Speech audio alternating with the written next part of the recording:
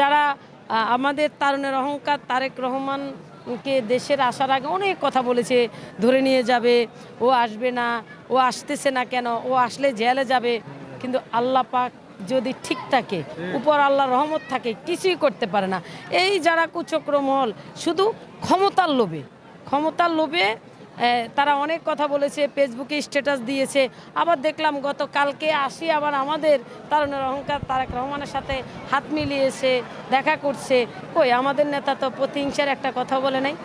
তারা এই মুখে অনেক কথা বলেছে, এই মুখে গুজবও ছড়াইছে, আবার আসি আমাদের তারুণের অহংকার তারেক রহমানের সাথে কথাও বলেছে, মানবতাও দেখাইছে। আমার নাম মিসেস নয়ন চেয়ারম্যান। আমি লক্ষ্মীপুর জেলা মহিলা দলের সাংগঠনিক সম্পাদক। আমি ইউনিয়ন পরিষদের ভারপ্রাপ্ত চেয়ারম্যান। আসলে নেত্রী ঘুম থেকে ওঠার পরে হঠাৎ শুনতেছি নেত্রী খবর, তখন আসলে খুব খারাপ লেগেছে। তো আমি আসলে আইসিটি আইনের মামলা খেয়েছি আপনার 2022 নভেম্বরে গোলাপবাগে যখন আমাদের প্রোগ্রাম ছিল, ওখানে আমি একটা বক্তব্য দিয়েছি যে আমি তো আওয়ামী লীগের আমলে দুইবার মেম্বার হয়েছি, প্যানেল চেয়ারম্যান। যদি সঠিক নির্বাচন দেয় এই হাসিনা চৌকিদারও হবে না। এটার জন্য কিন্তু আমি একটা সাইবার ক্রাইমে মামলা খেয়েছি। মামলাতে আমি প্রায় 3 বছর পলাতক ছিলাম। তো আসলে পলাতক থাকার পরে নারীরা আসলে শুধু রাজনীতি না, যে কোনো কাজে যে কোনো সংস্থাতে এগিয়ে আসতে চাইলে পিছন থেকে অনেক বাধা আসে, অনেক কটু কথাই আসে। তো রাজনীতি করতে এসে অনেক কথাই শুনেছি। যখন আমার নেত্রী আমার মা, ওনার মুখের দিকে যখন তাকাইতাম তখন সকল কিছু ভুলে যাইতাম যে উনিও তো নারী, উনি এত কিছু করেছেন, উনি দেশের জন্য স্বামী হারাইছেন, সন্তান হারাইছেন। এই স্বৈরাচারী অনেক অত্যাচার করেছে, অনেক অফার দিয়েছে, তারপরে উনি দেশ ছেড়ে কোথাও যায়নি। তখন আসলে নিজের কষ্টগুলো ভুলে যাইতাম। তো আসলে মরার খবরটা শুনে খুবই খারাপ লাগছে, যেটা আসলে বলার ভাষা নাই। ভাই কিছু কান্না আছে বোবা কান্না, ওটার কোনো শব্দ হয় না, ওটা আসলে ভিতর থেকে ক্ষত বিক্ষত হয়ে ভেঙে ছুড়ে যায়। যেটা আজকে যারা জাতীয়তাবাদী দল, যারা ত্যাগী, আমার মতো আমার যে ভাই যে বোনেরা যারা দেশ বিদেশে ঘর ছাড়া সন্তান হারা গুণ হয়েছে, খুন হয়েছে, যাদের পরিবারকে রেখে তারা বছরের পর বছর মাসের পর মাস পলাই রয়েছে, কিন্তু আমি জানি না তাদের ভিতরটা এখন কেমন আছে। আমার যেমন লাগে আমি মনে করি অবশ্যই ওনাদের এমন খারাপ লাগতেছে। তো আসলে উনি চলে গেছে, কিন্তু এখনও আমরা যারা ত্যাগীরা আমরা বিশ্বাস করতে পারি না যে উনি চলে গেছে। আমাদের কাছে মনে হয় এখনও আছে ওনার যে কথা, যে কণ্ঠস্বর, যে তখন হাসিনা কোথায় ছিল, এই দেশে আমার জায়গা, এই দেশের মানুষে আমার আপন, দেশের বাইরে কোথাও আমার জায়গা নাই। যখন ওনার ওই সুরটা, ওই টোনটা যখন কানে এখনো বাজে, তখন ভাই খুব খারাপ লাগে, নিজেকে কন্ট্রোল করতে পারি না।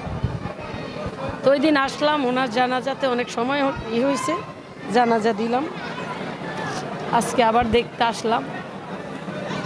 তো ওই যে একটু আগে বলেছি ভাই, আমার নেত্রী সবসময় আলেমোলা আমাদেরকে ভালোবেসে গিয়েছে, সম্মান করে গিয়েছে, সবচেয়ে আলেমদেরকে বেশি সম্মান দিয়েছে, ইসলামকে সম্মান দিয়েছে। স্বৈরাচারী হাসিনা যত অত্যাচারই করেছে, আমার নেত্রী সবসময় বলো আল্লাহ ওদের বিচার করবে। ও এত আলেমদেরকে মেরেছে, কিন্তু সবচেয়ে দুঃখের কথা হলো আমার নেত্রী যেদিন মারা গেছে, আমার নেত্রীকে নিয়ে ফেসবুকে এই যে যারা কুচক্র মহল আপনার ক্ষমতায় আসার জন্য আমার নেত্রীকে নিয়ে যে বাজে মন্তব্য করছে, এটা কিন্তু আমাদের কাছে খুব খারাপ লেগেছে। শুধু আমাদের কাছে না, আমাদের জাতীয়তাবাদী দল না, সারা বিশ্বের কাছে, হিন্দু মুসলমান বৌদ্ধ খ্রিস্টান সকল দল সকল সংগঠনের কাছে খারাপ লেগেছে। কিন্তু আমার নেত্রী এই আলেম ওলামাদেরকে নিয়ে সবসময় কথা বলতো, ওনাদেরকে পাশে রাখতো, এতিমদেরকে পাশে রাখতো। এই আলেমদের জন্যই কিন্তু আমার নেত্রীকে স্বৈরাচারী হাসিনা ওই যে এতিমদের টাকা মেরে দিয়েছে বলে মিথ্যা মামলা দিয়েছে। আজকে দেখেন ওই সংগঠনের লোকেরাই কিন্তু বেশি গুজব ছড়াইছে আমার নেত্রীকে নিয়ে। আরে আমার নেত্রী তো মহান, আমার নেত্রীর মতো নেত্রী বিশ্বে হবে না। কিন্তু যারাই আমার নেত্রীকে নিয়ে কথা বলেছে তারা কে আর আমার নেত্রীকে, আমার নেত্রীর সম্মান, আমার নেত্রীর জন্য লাখো কোটি মানুষ কেঁদেছে, লাখো কোটি মানুষ দোয়া করতেছে। এই যে আজকে দেখলাম যে এত মানুষ আসে, ভাই টাকা দিয়ে ভালোবাসা হয় না, টাকা দিয়ে অর্থ কিনা যায় কিন্তু মন আর ভালোবাসা কিনা যায় না। আমার নেত্রীকে সবাই ভালোবাসে, আমার নেত্রী কথা রেখেছে যে এই দেশে আমার মাটি, ঠিকই কিন্তু উনি এই দেশে মাটি হয়েছে, কিন্তু স্বৈরাচারীর জায়গায় এই দেশে হয় নাই, জীবনও হবে না। বোবা কান্নার অভিশাপটা অনেক খারাপ। আমরা যারা তেগিরা আছি বাংলার মানুষ এই স্বৈরাচারীকে অভিশাপ দিচ্ছে। ওই স্বৈরাচারী যেরকম আপনার বেদিন, ওই বেদিনের দেশে থাকবে, দেখবেন একদিন ওই বেদিনের দেশে তার মাটি হবে, কিন্তু আমার বাংলার দেশে তার মাটি হবে না। বাংলার জনগণ তাকে মাটি দিতেও দিবে না। তার বাবার যায় না যাতে যেরকম তেমন মানুষ হয়েছে কিনা, আর ওর তো যায় না যা হবে কিনা এটা মনে হয় আল্লাহ পাক ছাড়া আর কেউ জানে না, এটা আল্লাহ পাকই জানে। লাস্ট একটা কোশ্চেন করি, এই যে শোকটা তো আমাদের কাটিয়ে উঠতেই হবে বিএনপিকে বা দেশবাসীকে। নির্বাচনে তফসিল ঘোষিত হয়ে গেছে, তারেক রহমান দেশে এসেছে। তারেক রহমানের দেশে আসার পরে 25 তারিখের পরে এখনকার পর্যন্ত যে কার্যক্রম, যারা রাজনৈতিক বিশ্লেষক তারা বলছেন যে আসলে রাজনৈতিক পুরা গেমটাই উনি আসলে চেঞ্জ করে ফেলছেন, তারেক রহমান কেন্দ্রিক হয়ে গেছে। এবং এইটা নির্বাচন যেতে যেতে এটা আরও গড়াবে এবং শেষ পর্যন্ত নির্বাচনের ফলাফলে একটা বড় প্রভাব পড়বে। তারেক রহমানের নেতৃত্ব নিয়ে আগামী নির্বাচনে কেমন ফলাফল আশা করছেন? ধন্যবাদ আপনাকে ভাই। আজ হইতে আরও 16-17 বছর আগ থেকে জনগণের মুখে আমরা একটি ভাষ্য শুনলাম যে আগামীর রাষ্ট্রনায়ক তারেক রহমান। তার মানে আপনাকে বুঝতে হবে যে আল্লাহ পাকের রহমত আছে, জনগণের অন্তর থেকে তার প্রতি ভালোবাসা পৌঁছে গিয়েছে ঠিকঠাক মতো। আমার তারুণের অহংকার তারেক রহমান উনি দেশে এসেছেন। আর যারা বলেছে গেমস, যে যেমন তার মন্তব্য হবে তেমন।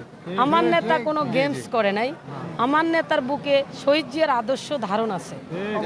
আপনি দেখেন জিয়া রহমান যেভাবে কাজ করতেন, সাধারণ মানুষকে ভালোবাসতেন এবং হাত উঠাইতেন।